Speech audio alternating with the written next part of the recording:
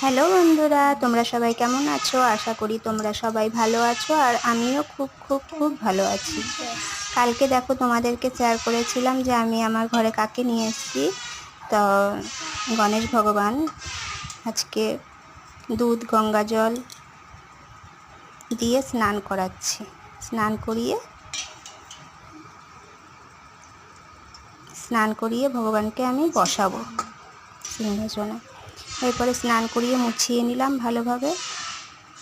Please বন্ধুরা তোমরা like comment share করে দিও, আর যারা নতুন দেখছো ভিডিওটি আমার তারা সাবস্ক্রাইব করে দিও। এরপরে আমি গণপতি বাপ্পাকে